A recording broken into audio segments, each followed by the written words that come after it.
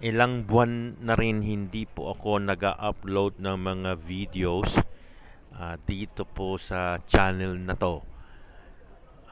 Siya nga pala, ako po si El Capitan,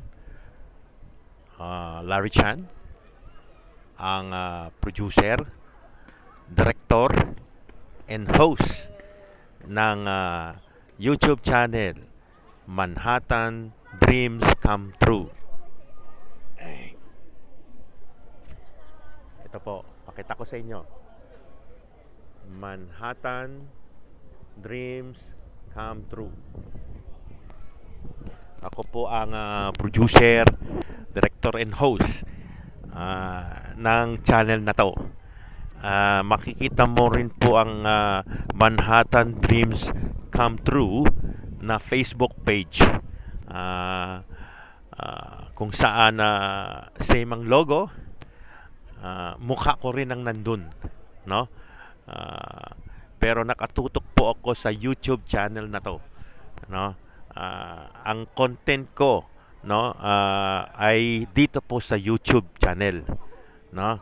Ang Facebook page ng Manhattan Dreams Come True, more of teaser lang, teaser videos na nagtuturo sa inyo lahat na manood at maging subscriber ng YouTube channel na ito.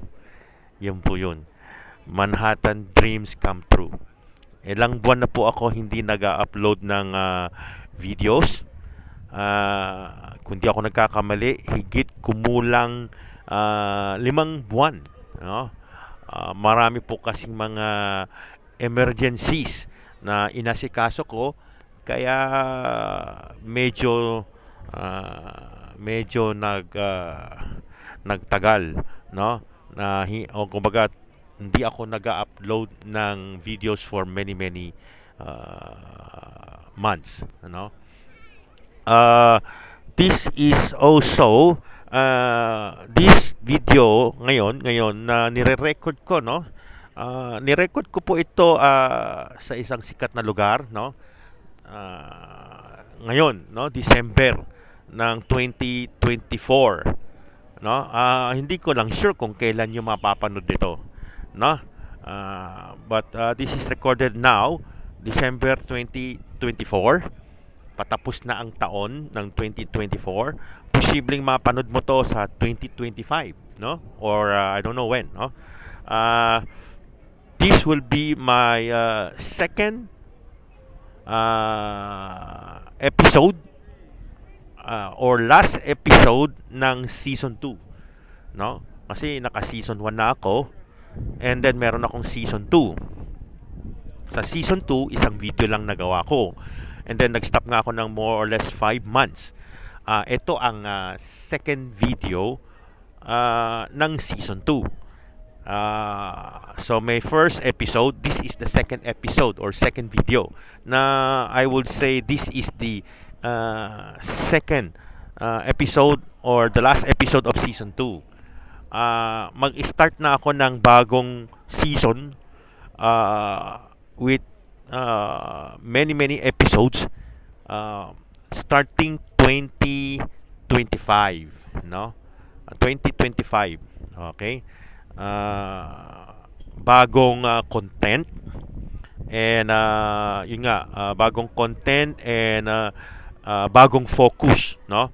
But still, mga OFW, overseas Filipino workers, is my audience, no. Kayo po pa rin ang aking audience all over the world, no. Hindi lang po sa isang location, but all over the world, kung saan makarating ang channel na to. I want this to be the fast rising and the most popular channel in YouTube pang OFW, overseas Filipino workers. Huwag nyo kalimutan, ha, mag-like. Huwag nyo kalimutan mag-like, mag-subscribe, mag-follow ng YouTube channel na ito, no? Yan. Manhattan Dreams Come True, no? Puntahan nyo rin yung aking Facebook page, maging follower po kayo doon, no? Like and follow me also sa Facebook page, no? Ng Manhattan Dreams Come True. Same lang ang logo. Same logo. Makita mo yung logo ng Manhattan Dreams Come True dito sa YouTube at sa Facebook. Same lang 'yan. Basta mukha ko rin ang nandun, no? And the logo. Um, pero my content is all concentrated sa YouTube. Okay? Ngayon, sa mga hindi po nakakakilala sa akin, no? Inuulit ko po, ako si El Capitan Larry Chan, ang producer, director, and host ng channel na ito. No, I'm also I would say career, no, career coach or consultant, no, ng OFW, no. Well, other nationalities meron din, pero concentrate po ako sa overseas Filipino workers. Ngayon, yun nga, ulitin ko ha, don't forget to like, follow, and subscribe ng YouTube channel na to. At like and follow me also sa Facebook page. You can also help me share this to all OFW, no? Wala namang bayad po ito. Libre po ito. Share this to as many OFW as possible. Magkaka-blessings ka pagka sinare mo po ito. YouTube channel, pati na rin yung aking Facebook page. I-share nyo to others, no? Ako ang nagpasikat nung taong 2020. Ako ang nagpasikat taong 2020 ng paluwagan, no? Online paluwagan, no? Ako nagpasikat noon, yung isang beses lang ang hulog pero buwan-buwan ang kuha ng sahod. Ako nagpasikat noon, no? At I was planning to launch a better version ang taong 2024, no, itong kung saan nagre-record nga ako ng mga videos, no, ng season 1 and season 2. I was planning to launch yung enhanced version ng online paluwagan, no. Ang tawag noon is panibagong pag-asa. Okay, panibagong pag-asa program, no? A better version or enhanced version ng online paluwagan. Pero yun nga, nag-stop na ako ng for more or less 5 months, hindi ako nag-record ng bagong videos, no, for this channel. But ngayon, andito na ako ulit. This is the second episode ng season 2, but at the same time, this is the last episode na rin ng season 2. Naka-season 1 ako, naka-season 2. Tatalo na tayo sa season 3 starting January, no? Starting January. Ngayon, mag-a-announce ako at least two important companies that are supporting overseas Filipino workers, no? Isang remittance. One is remittance company, and then the other one is Philippine Product Store, no?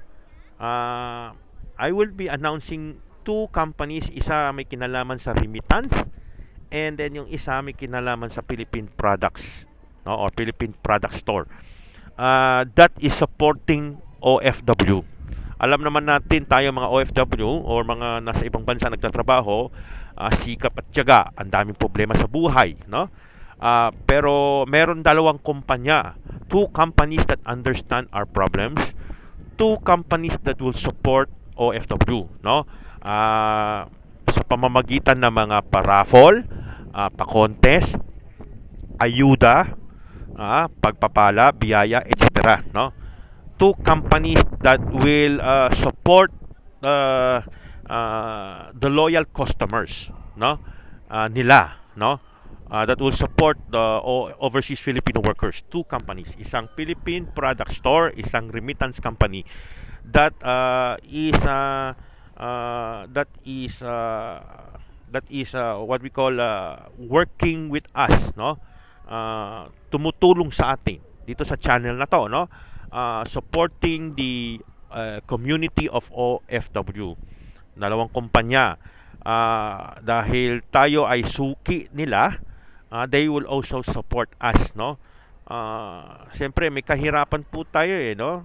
Kumbaga, what I'm saying is mga OFW, marami din tayong problema eh, no?